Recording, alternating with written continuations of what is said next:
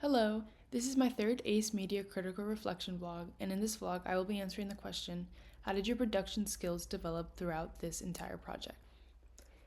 The first skill that I saw a lot of improvement on was in the app of Photoshop. At the start of ACE Media, the only Adobe experience that I had was in the app of Premiere Pro and editing podcasts for my newspaper. In the beginning of the using of Photoshop, I struggled with editing the photos of each dish, layering different pictures on each other, and understanding where to get the variety of fonts, as well as adding different effects to the text to make the words stand out.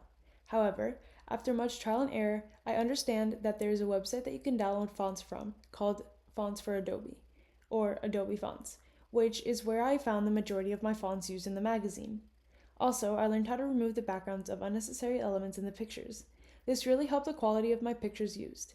As seen in the photos, there is an edited and unedited version of the picture in which the edited version looks a lot more professional.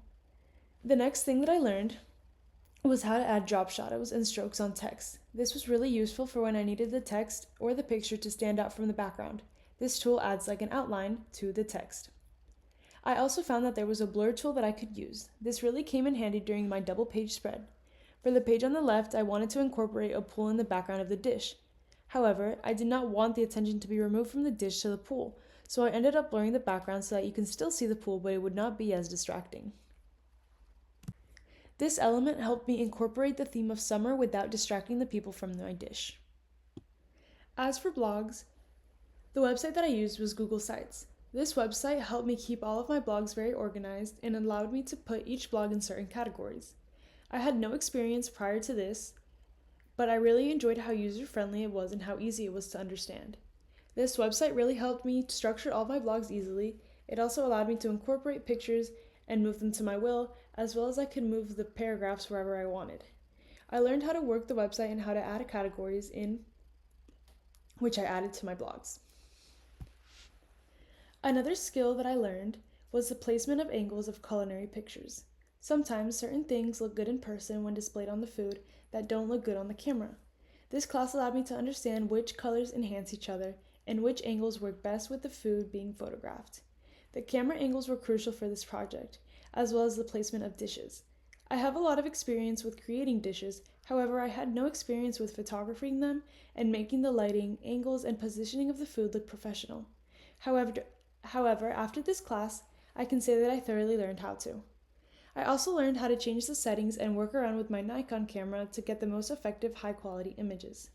One of my biggest struggles was photographing the sandwich. For this dish, it was more difficult because the sandwich did not look good in certain angles or certain layerings of the ingredients.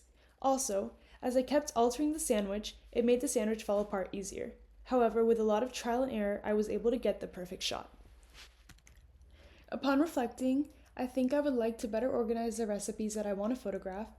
To plan out the specific layout prior to photographing, I think it would help me decrease a lot of my stress. A lot of my pictures were done in a rush because I was stressed out on which dish to make. If I had planned more accordingly, I don't think I would have ran into this problem. And some of the improvements that I saw were photographing the food. Before I did this, I didn't know what were the best ways to do it and what ways to make it look professional. So this was a bit of a learning curve for me because I had no prior knowledge about it. I really liked that I got to understand angles and lighting. This was definitely difficult because I only had so much lighting that I could use given that I don't have my own studio to take these pictures in. A lot of it had to do with playing around with editing and the composition of the photographs. Also, I'm really glad that I got to understand Photoshop. I had zero understanding of this app, however, it was very user-friendly and very useful throughout my entire project.